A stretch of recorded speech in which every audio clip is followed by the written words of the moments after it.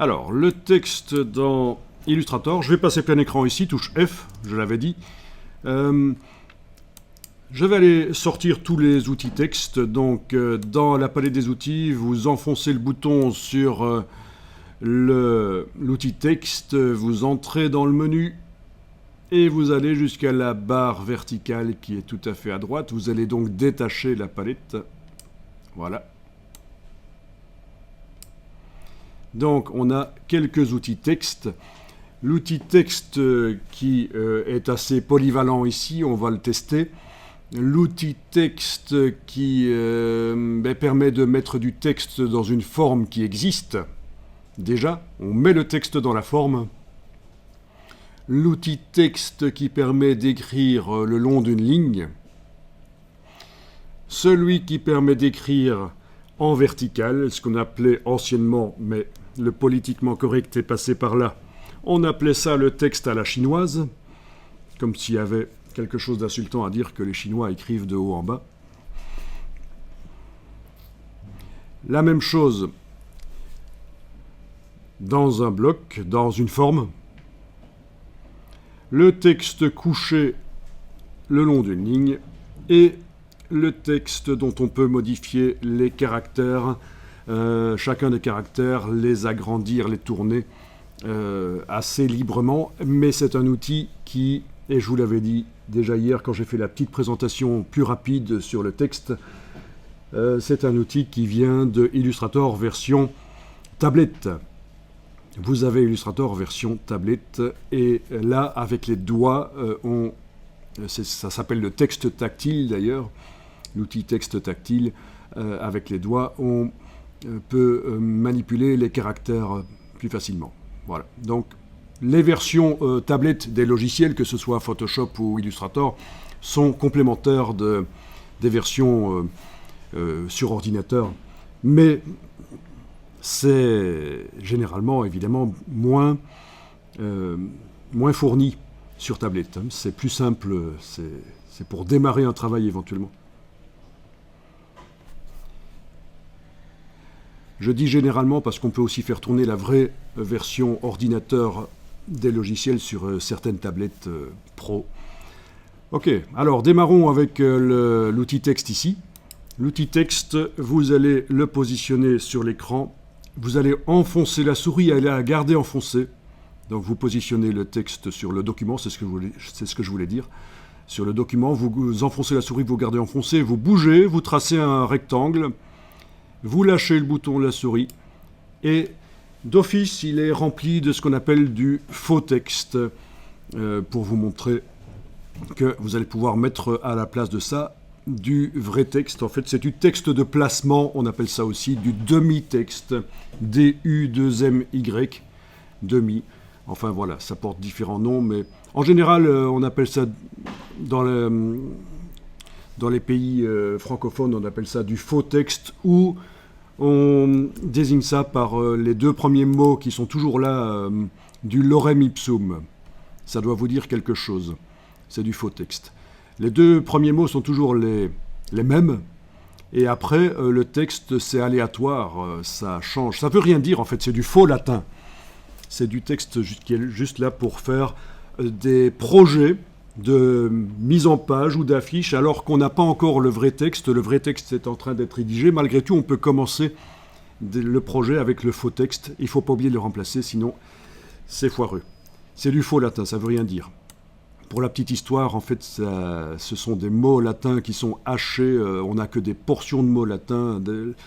La vraie version en latin, c'est dolorem ipsum.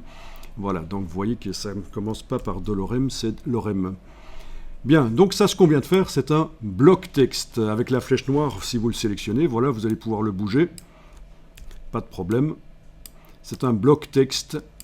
Et c'est plutôt rare dans Illustrator quand on fait des blocs texte, quand on fait des paragraphes comme ça. Il y a plusieurs paragraphes d'ailleurs, oui. Vous le voyez, que certaines lignes ont du blanc, donc c'est la fin d'un paragraphe, et puis le paragraphe suivant commence. Voilà. Vous n'avez pas le même texte que moi nécessairement. Vous confirmez votre troisième mot, Les mots qui suivent lorem ipsum, est-ce que chez vous c'est dolor sit amet ou est-ce que c'est autre chose? C'est aussi ça? D'accord. Alors, Illustrator ne se comporte pas tout à fait comme InDesign, alors, parce qu'en principe, c'est plus aléatoire que ça. Mais bon, peu importe. Alors,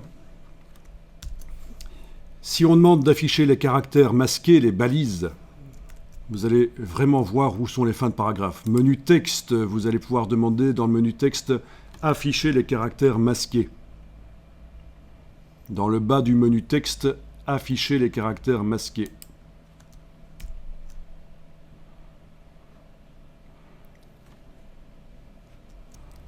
Donc, qu'est-ce que vous voyez apparaître? Vous voyez apparaître des balises de fin de paragraphe. D'accord? Et entre chaque mot, l'espace est maintenant montré avec un point. Voilà, donc c'est des choses qui, évidemment, à la fin ne s'impriment pas. Ce sont des balises, c'est des outils, en quelque sorte, pour créer le texte. Voilà, vous avez ici un signe hashtag, un dièse, c'est l'équivalent d'une fin de paragraphe, en fait. Chez Adobe, ça indique qu'il y a une ligne à cet endroit-là. Voilà, on peut considérer que c'est comme une fin de paragraphe. Ok, c'est un petit signe que vous avez certainement déjà vu pour indiquer un paragraphe. Contrairement à ce qu'on pourrait croire, c'est pas un P, mais c'est un C à l'origine. C'est un C, c'est de là que historiquement ça vient, ce signe-là, mais peu importe. Voilà. Alors, on peut tester et mettre de l'espace entre les paragraphes. Éventuellement, vous allez dans le menu texte, non, dans le menu fenêtre, excusez-moi, menu fenêtre, texte, paragraphe. Menu fenêtre, texte, paragraphe. Ou alors, quand on a l'outil texte activé, là au-dessus, il n'y a même pas besoin de l'avoir activé, même si c'est un autre outil qui est activé, le fait que le bloc texte soit sélectionné, vous avez l'hyperlien ici, paragraphe, dans la barre contrôle là du dessus. Donc d'une manière ou d'une autre, vous allez faire apparaître la palette paragraphe. Voilà. Bon, moi je vais finalement y aller par menu fenêtre, texte, paragraphe. Là voilà. Et alors ce qui m'intéresse, c'est de mettre de l'espace après. Et c'est évidemment ici que ça va se passer. De l'espace après chaque paragraphe espacé. Donc on ne va pas faire ça de la mauvaise manière, c'est-à-dire, je vous montre ici, ne le faites pas, quand on prend l'outil texte, et qu'on veut mettre de l'espace entre les paragraphes, alors, petit moment, il ne veut pas me le faire, c'est bien, pourquoi? Ok, j'avais un petit bug, avec l'outil texte, j'ai dû sélectionner comme ça pour pouvoir finalement aller insérer le curseur. Voilà, je voulais vous montrer que pour mettre de l'espace entre les paragraphes, on ne va pas mettre le curseur là à la fin d'un paragraphe et puis enfoncer la touche, la grosse touche sur le clavier pour faire un paragraphe vide. Ça, c'est un paragraphe vide. Oui, c'est comme ça que beaucoup de gens font pour faire de l'espace entre les paragraphes, mais techniquement, ça pose des problèmes parce que vous ne pouvez pas vraiment gérer quelle est la valeur d'espace et quand c'est bien fait, un document avec du texte, que ce soit dans Illustrator ou InDesign, on peut d'un coup modifier l'espace entre tous les paragraphes. Tandis qu'avec ce système-ci, voilà, c'est pas le bon système. Donc ici, le curseur est là en train de clignoter, je vais faire la touche suppression. Voilà, j'ai supprimé la balise vide, le paragraphe vide. Bon, donc comment est-ce qu'on va faire? C'est avec l'espace, pour bien le gérer correctement, c'est avec donc ce paramètre ici. Donc, pour ça, vous allez mettre le curseur dans le texte n'importe où. Est-ce que vous arrivez à faire ça avec l'outil texte, aller mettre le curseur n'importe où dans le texte? Et vous allez demander sélection, tout sélectionner. Sélection tout.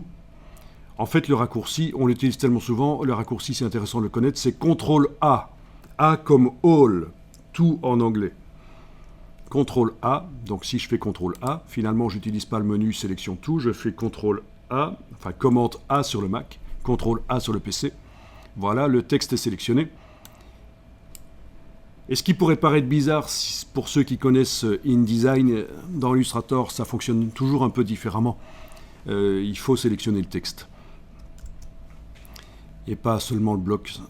Alors voilà, ici on va pouvoir ajouter de l'espace. Et vous devriez voir qu'au fur et à mesure que vous cliquez, on crée de l'espace entre les paragraphes. Et c'est quand même mieux. Les paragraphes, c'est une articulation de la pensée. Vous avez tout un texte qui explique quelque chose. Et quand vous passez à une partie un peu différente de l'explication, ben, on passe à un paragraphe, à un autre paragraphe. Ça facilite la lecture aussi, c'est plus agréable que d'avoir du texte au kilomètre. Voilà.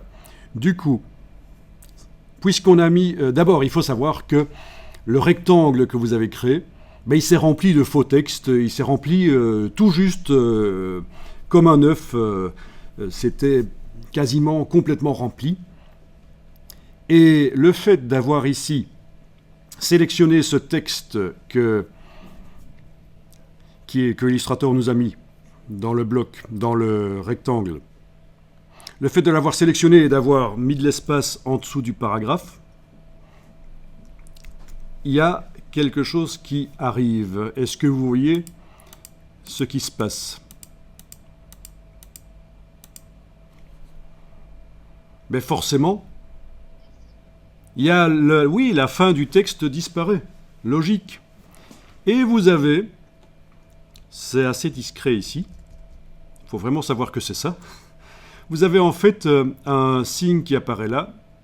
En bas à droite du bloc, c'est un signe plus rouge dans un carré rouge qui indique qu'il y a du texte en excès. Du texte en excès. Donc on ne va pas trop s'en occuper ici. Enfin si, on va s'en occuper. On va faire en sorte que le bloc s'agrandisse pour qu'il puisse contenir tout le texte, pour qu'il puisse montrer tout le texte. Tout le monde confirme que vous avez du texte en excès. Évidemment, vu que ce ne sont pas des vraies phrases, c'est difficile en les lisant de s'en rendre compte. Voilà ce qu'on va faire. Vous allez tester. Que se passe-t-il si je prends l'outil de transformation et que j'essaye d'agrandir le bloc en prenant sa poignée du bas, par exemple. Voilà. Avec l'outil donc transformation, si je prends la poignée du bas et que je tire vers le bas, est-ce que je vais agrandir le bloc? En fait, non. L'outil de transformation, quand on l'utilise sur du texte, il transforme aussi le texte à l'intérieur. C'est pas que le bloc, c'est pas que le conteneur qui est transformé, c'est aussi le contenu, le texte. Et ce genre de choses, du texte étiré comme ça, c'est tout à fait inacceptable en graphisme. On fait attention en graphisme de respecter le travail du typographe. Un minimum, la police devient peu facile à lire comme ça. Donc, vous annulez. Quand vous avez vu que l'outil de transformation, c'est foireux, ça ne vous permet pas d'agrandir le conteneur pour faire apparaître tout le contenu. Donc je fais un CTRL-Z, commande Z sur le Mac, CTRL-Z sur le PC, voilà. Alors l'outil de transformation, il est quand même intéressant. Quand on l'utilise avec la touche Shift, comme ceci, outil de transformation, vous allez pouvoir essayer aussi. Si on positionne sur une poignée du coin et qu'on bouge en enfonçant la touche Shift, on peut redimensionner le conteneur et son contenu. On lâche le bouton de la souris, puis la touche Shift, donc la touche majuscule, et vous avez redimensionné le bloc, le rectangle et son contenu. Et ça, c'est intéressant, c'est tout à fait permis, parce que les proportions ont été gardées.